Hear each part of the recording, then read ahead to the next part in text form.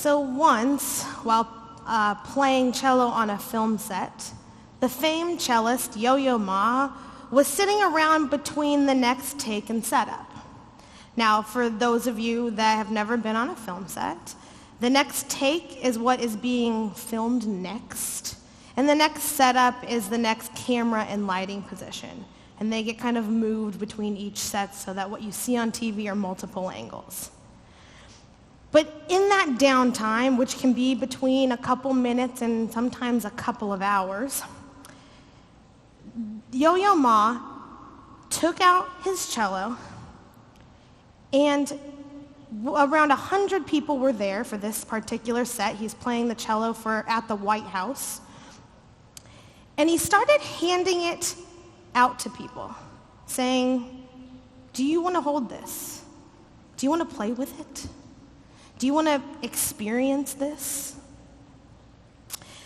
And now anyone can be an extra on a film and TV set. You just have to sign up with an agency online, and there's pretty steady work for extras. It's a wonderfully diverse group. I've been an extra myself. And often a main performer will sometimes also have a stand-in. But this time, Yo-Yo Ma decided to stay put on his mark for the entirety of the scene. And again, in between the next scene, without missing a beat, he offered to let people, anyone, hold his cello. Now, Yo-Yo Ma's primary performance cello, her name is Petunia, I learned, was built in 1733 and is worth roughly $2.5 million.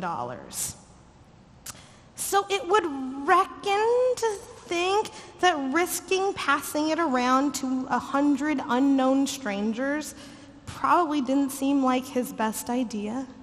Definitely probably not to his insurance company.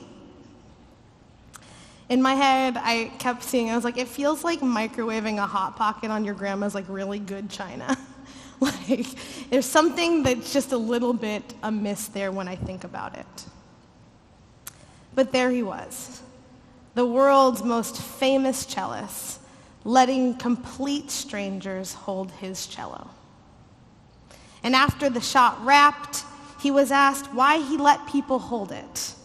And he responded with, people need to not be precious about this. I don't want people to think this is a mysterious thing that they can't experience.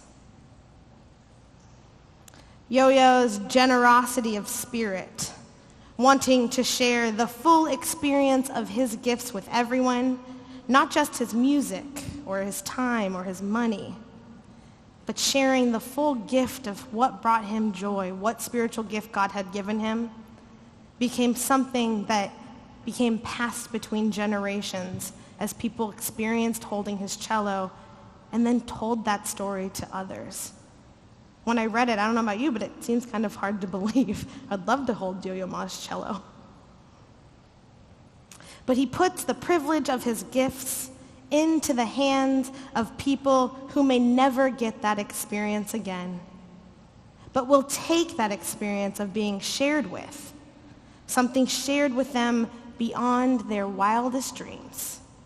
That experience and its story will span and influence generations to come. When I read our passage for this morning, I immediately thought of this story with Yo-Yo Ma. Being so rich in God that the idea of sharing your wealth so plainly isn't a fear of loss, but a joy of abundance. Yo-Yo physically handing his, kind of for lack of a better term, cash cow over to people that could have dropped it or destroyed it, on accident, of course. But there is a risk there that Yo-Yo took and modeled for each of us and everyone there to see. That the gifts of God are not ours to keep, but ours to share. And friends, the risk he took inspires us, inspires me to challenge each of us to be better risk takers. All of us have an abundance of something. Our God is faithful and equitable and gives in abundance to each of us. That may be financial for some of us. It may also be in health or love, in time or social privilege. We are all given things in abundance. All of these things go faithfully into building the kingdom of heaven that we are called to build. But we often overlook our abundances and focus on the spaces that seem a bit lacking. It can be really hard to see the abundance one has in the love of a supportive partner when you live paycheck to paycheck and aren't sure if your ends are going to meet. Or easy to overlook the abundance of privilege in using your voice against white supremacy when you are oppressed for being a woman or for being gay. And it can be really hard to see your abundance in terms of financial wealth when you in your life have known hunger or poverty. The risk of leaning into our wealth and the spaces of abundance and to share it freely with others sometimes seems too great when the privilege of our comfort is at stake. But God tells us time and time again that sharing our abundance is the actual wealth of God, the actual wealth of God's love, and when it is shared, it is returned in kind. But I don't know about you. It's an easy thing to forget sometimes. Even in our scripture today, we overlook who the lesson is actually for. So let's set the stage a little bit. Chapter 12 of Luke's gospel, the part right before ours, is one that says that people are crowding around Jesus so much that they are physically trampling on each other, which means the weak and the small are probably literally underfoot to the powerful and the larger, so that they can more accurately or more faithfully or more just physically closely hear God's message. And then Jesus tells them that what they do in private actually carries more weight than what they do in acts of grandeur in the public sphere. That God knows the secrets of their heart, that God knows the abundance that God has placed in their lives, that God has even counted every hair on our head, that justice and equity in this human world is of God, and that those that don't offer their best selves to this world, but that claim to follow God, need to do better. And after all of that, after getting to the top and hearing what Jesus has to say, a man from the crowd yells, and probably still crushing the toes of the people behind him, yells to have Jesus make his brother give him a piece of his family's inheritance. He is who Jesus is talking to, not the rich farmer from the parable. The man asked Jesus to help rather than risk his brother having heard the message and thus being moved by faith to share in his inheritance and abundance. But that's why we fear risk, right? Too many times in our life, we have shared more than we have planned, and it didn't turn out the way that we had hoped, or even the way that we might have been promised. Because we have put the return of the outcome of sharing our gifts on a human scale rather than a holy one. We give only so that we can say that we are faithful givers, rather than letting our actions speak on our behalf. The human risk has human consequences, and that is scary. But why are we scared when we risk with God? Has God not been faithful to us? Has God not held up a part of a bargain that we have made with God, whatever that might be? What is stopping us from leaning into the risk and giving more of our abundance to God's people? Even today's scripture reminds us you can't take your wealth with you, whatever that wealth of abundance might be. But I get it. Being a risk taker can be a challenge for some people, like me. I am one that likes to calculate every possible outcome and only take the risk when I feel confident enough. You're never 100% confident, but when I feel confident enough that the outcome is going to be favorable for me or for what I'm hoping for. But the good thing about risks is that they are primarily led by hope. You risk in hope that what you are investing in flourishes. You risk in hope that things might turn around. You risk in hope that your passion is sustainable. You risk in hope that you are not alone. You risk in hope. And the unknown of hope, again, can be a bit scary. But in church and community, you risk in hope, but you do so with God. And with God, the outcome can be more than you have ever imagined. Risking in hope with God turns the mundane into perfection, the small into eternal, and the precious into divine holy work. I have heard and read about Yo-Yo Ma letting different people hold his cello on several different circumstances and occasions. And the thing that actually always sticks out to me is his lack of fear he has in sharing his most valuable earthly possession.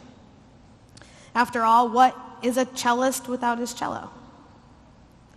But what I mean by his lack of fear, his strong belief in the risk that it is worth taking, is that none of the stories about him is he ever quoted as like handing it over and then being like, be careful, or don't play it that way, don't pluck that string, don't hold its neck, don't kick it, I don't know. There's no qualifications there.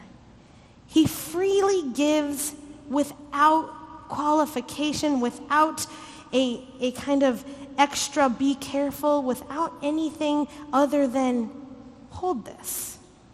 Take my most beloved possession and care for it. He isn't afraid that he won't get it back. He isn't afraid that it can't be repaired or that someone will just take it from him. He literally risks all he has so that other people can experience this gift of perfection as well. He just gives. He just gives because he knows the experience of holding something so perfect for just once in your life, something that isn't yours, but yours to use, is God at work. God at work in the child that may be inspired to play the cello. God at work in the stories that were shared at the dinner table after that experience. God at work in something being decommissioned as precious and recommissioned as holy. So I have a prop today, and it is something that has in my family been decommissioned as precious and recommissioned as holy. Growing up, tucked into my father's nightstand was our family Bible. It's from 1847, and his grandfather, William Kendell's name is actually pressed right here onto it. And I will have it for all of us to look at in the back if anyone is interested. But inside of it are marriage certificates and pressed photos of my family members that are on tin, and marriage and baptism certificates, and they're all in this beautiful pressed gold foil. And we were never allowed to play with it or read it growing up, which is probably not a shock because we were children, but it's something that we could look at but not really experience. And I remember the very first time I actually held it. It's quite heavy, and I was young, and it felt like you could feel the weight of it. And I knew that one day I wanted this Bible to be in my possession so that I could read it, but also so that I could pass it down to whatever generation came next. I wanted this Bible, and I finally have it. It sits in my house, and I look at it all the time. I smell the pages of the old binding. I show it off to my friends and my churches and their kids and let them actually touch it and feel it. Tell them the stories that I know about the family members that are written inside. It's something that shows how God has been at work in my family, and it's nice that there's something kind of tangible to pass down. And there are many names in the Bible, and every year I give to the church in honor of them. I did it on Venmo this week as part of my capital campaign give. And I like to carry those names and those people with me in my ministries, mostly because I actually didn't know them, at least most of them. But they're a part of my history and my story and what has formed my faith and who I am as a person. So even though I don't have a personal connection to them, I have them with me in all that I do. But however, this Bible also inspired me to look at my heritage. And you know what I found out, which is kind of fun? My fourth great-grandfather on my maternal grandfather's side, so my mom's dad's side, was a Baptist preacher who became friends with a man named Alexander Campbell. Now, the disciples in the room will know who that is, and I'll tell you. Alexander Campbell, along with Barton Stone, started churches in the Restoration movement in the Midwest, churches that became the Christian Church Disciples of Christ. Meaning I am the fourth great-granddaughter of one of the very first disciples preachers that we've had, which is cool. But I never would have found this out if my family hadn't taken the risk and give freely and let me hold on and touch and feel and experience something of God at work, something so precious to our family that we couldn't touch it. But I opened it and found something new and found a Spirit giving so freely that it inspires me to do the same. So friends, let's risk more. Let's give more. Let's lean into God when our fear of people gets in the way and take the risk that our faith demands of us. Let's turn the precious into shareable gifts. Maybe that looks like upping your weekly offering or finally committing to pledge to the capital campaign. Maybe it looks like leading a new ministry or committing to bring more people into the church. Maybe it looks like using your privilege to vote. Let's inherit the story of Yo-Yo Ma sharing his cello and ask ourselves what our own cello is, our own precious thing to share. And then let's risk it and share it together without qualification or fear. For we are people rich in God's love and grace, and that is inherited wealth to be abundantly shared with the people. Amen.